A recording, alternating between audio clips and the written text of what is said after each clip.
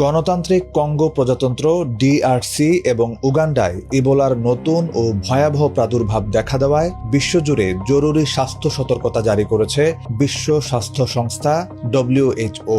এবারের সংক্রমণে ভাইরাসের একটি অতি বিরল ধরন আক্রমণ করেছে, যার কোনো সুনির্দিষ্ট টিকা এখনও আবিষ্কৃত হয়নি। সময়মতো কার্যকর পদক্ষেপ না নিলে গোটা আফ্রিকা এক বড় আঞ্চলিক বিপর্যয়ের মুখে পড়তে পারে বলে তীব্র আশঙ্কা করা হচ্ছে।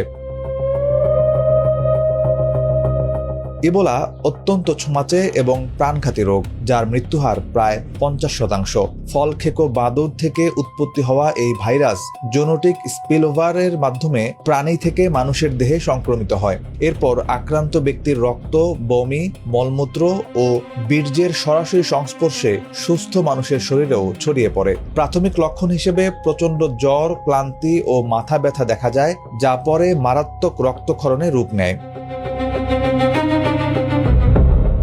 বর্তমানে ডিআরসিতে আক্রমণ করেছে ইবোলার বুন্দিবুগিও নামক বিরল ধরন। চিকিৎসকরা উদ্বিগ্ন, কারণ প্রচলিত এরভেভো টিকা এই স্ট্রেইনের বিরুদ্ধে একেবারেই অকার্যকর। কোভিড-19-এর চেয়ে সংক্রমণ ক্ষমতা কম হলেও এটি অনেক বেশি মারাত্মক ও যে কোনো বয়সেই প্রাণঘাতী।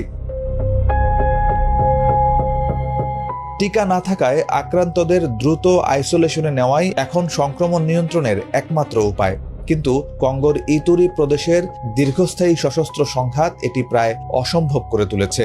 স্থানীয় মিলিশিয়াদের হামলার ভয়ে সাধারণ মানুষ চিকিৎসা কেন্দ্রে যেতে ভয় পান, ফলে সংক্রমণ আরও দ্রুত ছড়িয়ে পড়ে।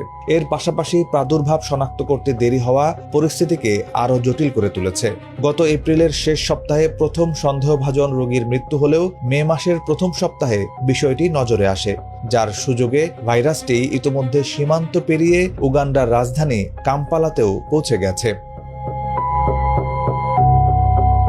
প্রতিষেধক না থাকায় লক্ষণভিত্তিক চিকিৎসাই এখন একমাত্র ভরসা। ইতিমধ্যে ডিআরসিতে 246 জন সন্দেহভাজন রোগী শনাক্ত এবং 88 জনের মৃত্যু নিশ্চিত করা হয়েছে। ভাইরাসের বিস্তারের ধরন দেখে WHO আশঙ্কা করছে বাস্তব পরিস্থিতি দৃশ্যমান খবরের চেয়েও ভয়াবহ হতে পারে। এখনই আন্তর্জাতিক উদ্যোগ না নিলে এটি অচিরেই বড় মহামারীতে রূপ নিতে পারে।